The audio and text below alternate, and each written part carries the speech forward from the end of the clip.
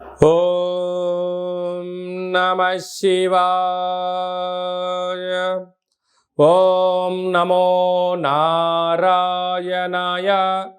కర్మ నివారణ, నరదృష్టి నివారణ, సంచిత ప్రారబ్ధ ఆగమిక కర్మ నివారణ, తులాభార కాల భైరవాయ నమో నమః.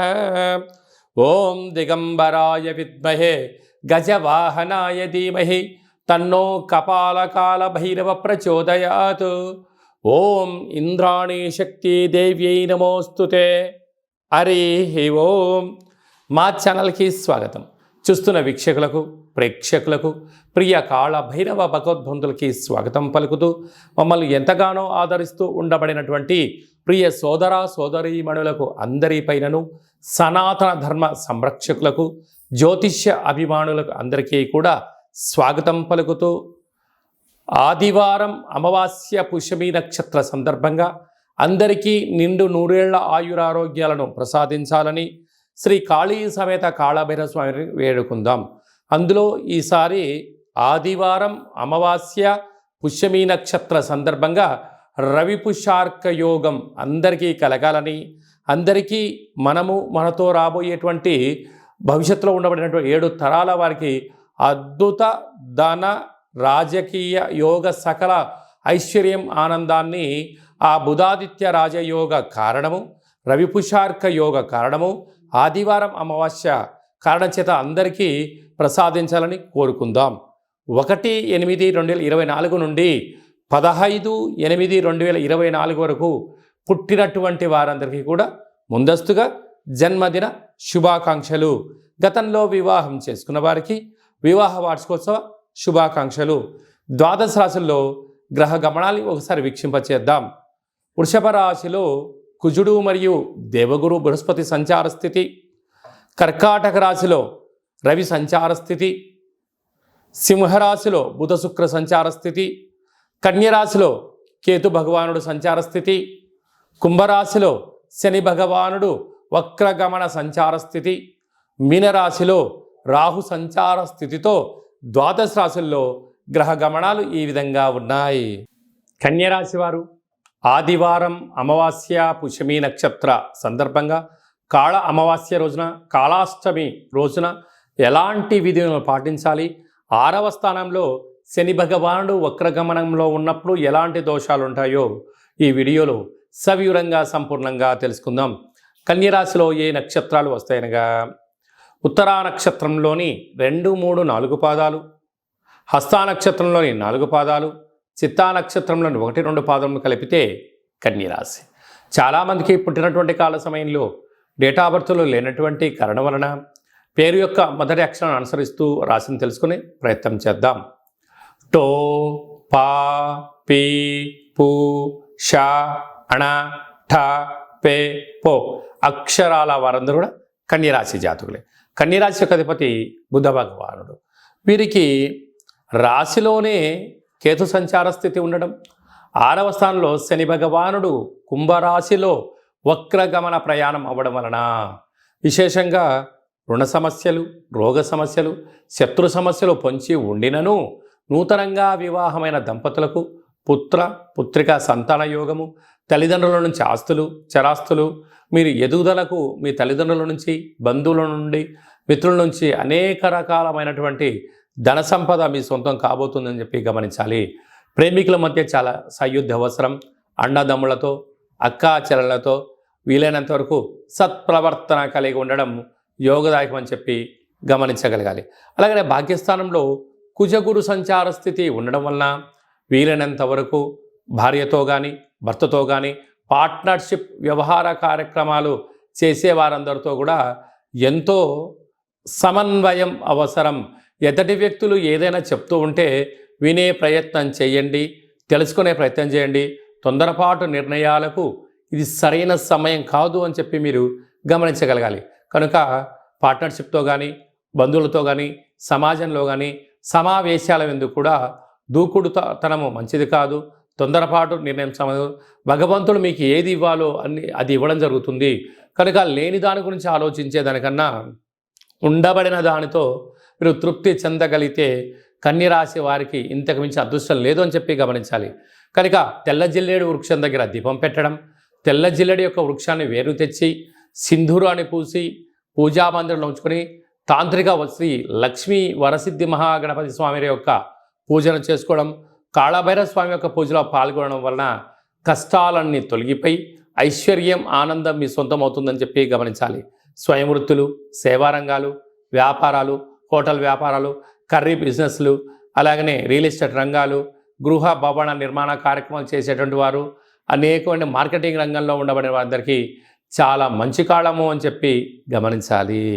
ముఖ్యమైనటువంటి పండగల గురించి క్లుప్తంగా సవివరంగా సంపూర్ణంగా తెలుసుకుందాం.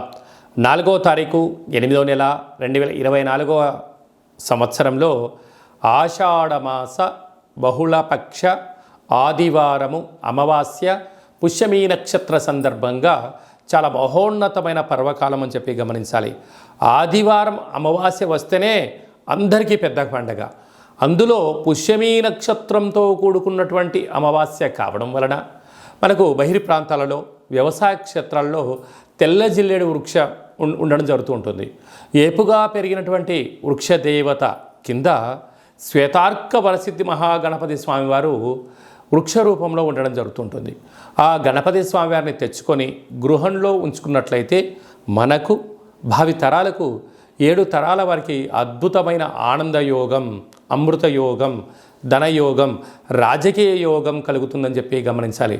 కనుక మనం అమావాస్య రోజు ఉదయాన్నే నిద్రలేచి ఇంటిని అలా శుద్ధి పెట్టుకొని మంగళ స్నానాలు చేసుకొని ఇంటికి మామిడాకులు కొబ్బరాకులను ఏర్పాటు చేసుకొని సూర్య నమస్కారం చేసి సూర్య భగవానికి అర్ఘ్యం వదిలిపెట్టడము, ఒక తెల్ల జిల్లేడు ఆకులలో చక్కెర పొంగలి పాయసాన్ని భగవంతుడికి నైవేద్యంగా ఏర్పాటు చేయడము, సూర్య నమస్కారాలు, సూర్య ఆసనాలు, సూర్యోపాసన, ఓం హ్రాం హ్రీం రౌం సహ సూర్యాయ నమః అనేటువంటి మంత్రాన్ని ఒక 108 సార్లు తప్పకుండా పారాయణం చేసినట్లయితే అద్భుత యోగం కలుగుతుందని చెప్పి గమనించగలగాలి. అలాగనే మధ్యాహ్నం పూట గతించినటువంటి పెద్దవారి పేరు పైన నువ్వులు, దర్భలు, నీళ్ళను వదిలిపెట్టడం, పక్షిరాజ వారైనటువంటి కాకిరాజు వారికి ఆహారాన్ని ఏర్పాటు చేయడం, గతించిన వారి పేరు పైన సునకపు మహారాజులకు ఆహారం ఏర్పాటు చేయడం, దేవాలయంలో బ్రాహ్మణుడికి స్వయంపాక దానాన్ని ఏర్పాటు చేయడం వలన గతించినటువంటి వారి యొక్క పితృదేవతల యొక్క ఆశీస్సులు ఉంటాయని చెప్పి గమనించాలి. సాయం సంధ్య కాగానే సాయంత్రం 4:30 నుండి 6 గంటల వరకు రాహుకాల సమయం ఉంటుంది కనుక ఇంట్లో ఒక అష్టదళ పద్మాన్ని వేసుకొని నిమ్మకాయలతో దీపాన్ని వెలిగించడము, విష్ణు సహస్రనామ పారాయణం కానీ లలిత సహస్రనామ పారాయణం చేయడం వలన ఇంటిలో రాహుకాలంలో చేసే పూజ ఫలిత ప్రభావం వలన నరదృష్టి, శత్రు ప్రభావాలు తొలగిపోతాయి. చీకటి పడ్డాక లేకుంటే ఉదయం కానీ ఇంటికి ఒక ఎర్రటి గుమ్మడికాయను దిష్టి తీసి పలగొట్టడం, దారం కలిగిన నిమ్మకాయని కట్ చేసి గడపకు ఇటువైపు అటువైపు పెట్టడం, కార్లను, ఫ్యాక్టరీలను, కర్మాగారాలను శుద్ధి పెట్టుకొని సాంబ్రాణితో ధూపం వేయడం వలన ప్రశాంతత కలుగుతుందని జరుగుతుంది. మిగతా రోజుల్లో 1000 జపం చేస్తే ఎంతటి ఫలితం వస్తుందో ఆ రోజు ఒక్క నామాన్ని స్మరించిన కాలభైరవ అన్న, కాళికామాత అన్న, వెంకటేశ్వర అన్న, ఓం నమశివాయ అన్న అద్భుతమైన ఫలితం కలుగుతుంది అని చెప్పి గమనించాలి. ఆ రోజు చేసే పూజ, ఆ రోజు చేసే దీక్ష, ఆ రోజు ఉండబడిన మౌనము మనకెంతో ఐశ్వర్యాన్ని, ఆనందాన్ని మనకు కలిగిస్తుందని చెప్పి గమనించగలగాలి. అదే కాకుండా ఆ యొక్క అమావాస్యను కాళ అమావాస్య అంటారు. అంటే కాళిదాసు లాంటి వాళ్ళు, బట్టి విక్రమార్కుడు లాంటి వాళ్ళు, శివాజీ చక్రవర్తులు లాంటి వారందరూ కూడా ఇలాంటి రోజులలోనే సాధన చేసి కాళ స్వరూపమైనటువంటి కాళికామాతను, కాళభైరవ స్వామిని ప్రసన్నం చేసుకున్నారని చెప్పి గమనించాలి. అలాగనే మనకు 12వ తారీఖున 13వ తారీఖున శ్రావణమాస శుద్ధాష్టమి సందర్భంగా, కాళ అష్టమి సందర్భంగా కాళభైరవ స్వామి స్మరణ, ధ్యానము యోగదాయకం అని చెప్పి గమనించాలి. మన యొక్క దేవాలయంలో 4 శనివారాలు, 4 మంగళవారాలు, శుద్ధాష్టమి, పూర్ణిమ, బహుళాష్టమి, అమావాస్య సందర్భంగా నిత్యము కాళభైరవ హోమం జరుగుతూ ఉంటుంది. కనుక దేవాలయంలో అర్చన, అభిషేకాదులు, కాళభైరవ స్వామి యొక్క ముడుపు, కాళభైరవ స్వామి వారి యొక్క కూష్మాండ దీపము పెట్టడం జరుగుతుంటుంది. హోమంలో పాల్గొనడం వలన సకల అష్ట కష్టాలు తొలగిపోతాయి. కాలము అనగానే కాళభైరుడి యొక్క చేతిలో ఉంటుంది. అందుకే కాళాష్టమి, కాళ అమావాస్య రోజున భైరవస్వామి యొక్క స్మరణ, ధ్యానము, పూజ ఐశ్వర్యాన్ని, ఆనందాన్ని కట్టబెడుతుందని చెప్పి గమనించాలి. గృహంలో ఉండబడిన నరదృష్టి తొలగిపోతుంది. వ్యాపారాల్లో ఉండబడినటువంటి ఆటంకాలు తొలగిపోతాయి. విపరీతమైనటువంటి జనాకర్షణ, ధనాకర్షణ కలుగుతుందని చెప్పి గమనించాలి. ఆసక్తి కలిగితే ఇంట్లో చేసుకోండి. కుదరలేని పక్షంలో ఈ కింద నెంబర్ సంప్రదించినట్లయితే, మీ గోత్రనామంలో పంపించినట్లయితే వీడియో కాల్ ద్వారా చూపించి మీ పేరుపైన ఒక సౌభాగ్య ముడుపు, కూష్మాణ దీపము, హోమాన్ని చేయించి వాట్సాప్ కాల్ ద్వారా ప్రత్యక్ష ప్రసారాన్ని కూడా చేయించడం జరుగుతుందని చెప్పి గమనించాలి. ఇంకనూ మనము ఈ ఆషాఢమాస ఆదివారం అమావాస్య రోజున, శ్రావణమాస శుద్ధాష్టమి, కాళాష్టమి సందర్భంగా ఇంకనూ విజయం సాధించగలగాలి అన్నట్లయితే ఈ యొక్క పాత్ర కంచు పాత్ర అంటారు. ఈ యొక్క అంటే కంచు మోగినట్టు కనకమ్ము మోగదు గదరా సుమతి అని చెప్పి మనకు సుమతి శతకంలో చెప్పడం జరుగుతుంటుంది. రాసులు 12 ఎలా ఉంటాయో 12ని అచ్చు వేయడం జరుగుతుంటుంది. పూజ చేసిన తదనంతరము ఈ యొక్క పాత్రను ఇలా ఎడమ చేతో పట్టుకొని కుడి చేతో ఈ కరసాహం తీసుకొని ఇలా చిన్నగా శబ్దం చేసినట్లయితే ఓంకార శబ్దం రావడం జరుగుతుంటుంది.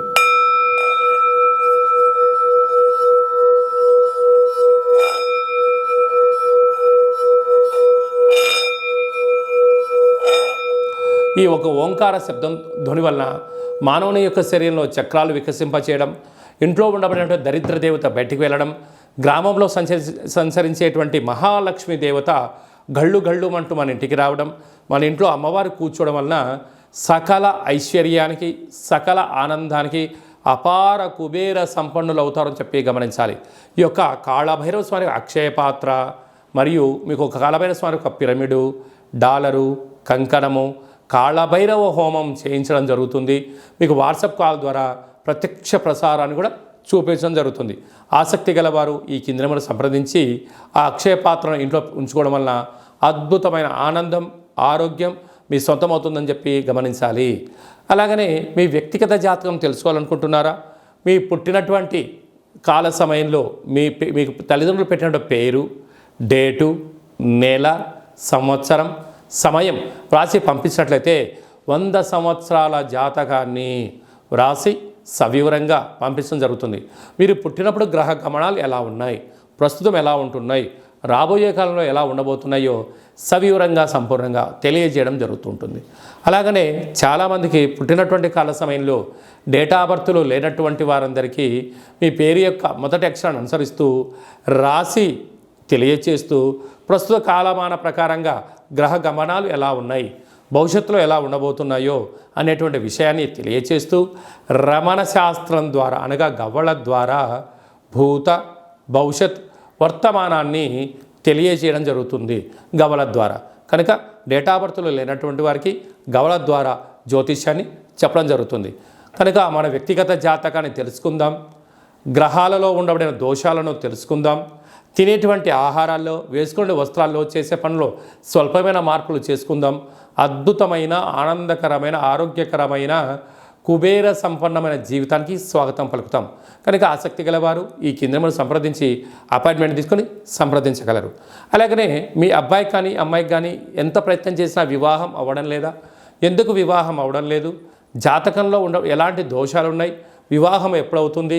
ఎలాంటి అబ్బాయితో అమ్మాయితో కలపడం వలన వీరి యొక్క గణగుణాలు బాగుంటాయో తెలుసుకోవడం జరుగుతుంటుంది. కనుక జాతకాన్ని తెలుసుకుందాం, మంచి వివాహ సంబంధం తెచ్చుకుందాం, భావితరాల్లో మంచి ఆనందకరం జీవితం పొందుదాం. కనుక వచ్చేటువంటి జాతకాన్ని వధువరుల యొక్క పాదాలు, గుణాలు, సంతాన యోగము, అలాగనే విదేశీయాన యోగము, ఎలాంటి యోగాలు ఉన్నాయో కూడా తెలుసుకుందాం. అలాగే మీ అబ్బాయి కానీ అమ్మాయికి కానీ చిన్నపిల్లలు పుట్టినట్లయితే ఏ మాసంలో పుట్టితే ఎలాంటి పేర్లు పెట్టుకోవాలి, నక్షత్రంలో ఉన్న విశిష్టత ఎంతో కూడా తెలియజేయడం జరుగుతుంటుంది. ఈ యొక్క మాసంలో పుట్టినట్టు రోజు వారందరికీ కూడా, అలాగే వివాహ వార్షికోత్సవం చేసుకుంటున్న వారందరికీ కూడా మన యొక్క దేవాలయంలో ప్రత్యేకంగా కాళభైరవ హోమం చేయించడం జరుగుతుంటుంది. అలాగనే ప్రసాదం కూడా పంపించడం జరుగుతుంది. మనమందరము కూడా కలియుగ కాలంలో కాళభైరవ స్వామికి స్మరణ చేద్దాం, కష్టాలకు స్వస్తి పలుకుదాం, ఐశ్వర్యానికి స్వాగతం పలుకుతాం. అందరికీ ఆదివారం అమావాస్య పుష్యమీ నక్షత్ర సందర్భంగా ఆశీస్సులు కోరుకుంటూ ఆశీర్వచనం. ఓం కాళకాళాయ విద్మహే కాళాతీతాయ ధీమహి తన్నో కాళభైరవ ప్రచోదయాతు. శతమానం భవతి శతాయు పురుష సతేంద్రియ ఆయుష్యేవేంద్రియే ప్రతిష్టతి. ధనం ధాన్యం బహుపుత్రలాభం శత సంవత్సరం దీర్ఘమాయు. సర్వే జనా సుఖినో భవంతు. లోకా సమస్తా సుఖినో భవంతు. సర్వం కాళభైరవ దేవతార్పణమస్తు. ఈ వీడియో మీకు నచ్చినట్టయితే లైక్ చేయండి, షేర్ చేయండి, మా ఛానల్ని సబ్స్క్రైబ్ చేసుకోండి. అందరికన్నా ముందుగా మీ యొక్క వ్యక్తిగత జాతకం తెలుసుకోవాలనుకుంటున్నారా? అందరికన్నా అదృష్టాన్ని, ఐశ్వర్యాన్ని తెచ్చేటువంటి విషయాలు తెలుసుకోవాలనుకుంటున్నారా అన్నట్లయితే గంట సింబల్ ప్రెస్ చేయండి. ఆల్ అనే బటన్ తెలియచేసి మీరు ఎవరి క్షేమాన్ని కోరుకుంటున్నారో, మీ క్షేమాన్ని ఎవరైతే కోరుకుంటున్నారో ఈ ఆధ్యాత్మికమైన సమాచారాన్ని చేరవేసి భగవంతుడి యొక్క ఆశీస్సులు పొందగలరు.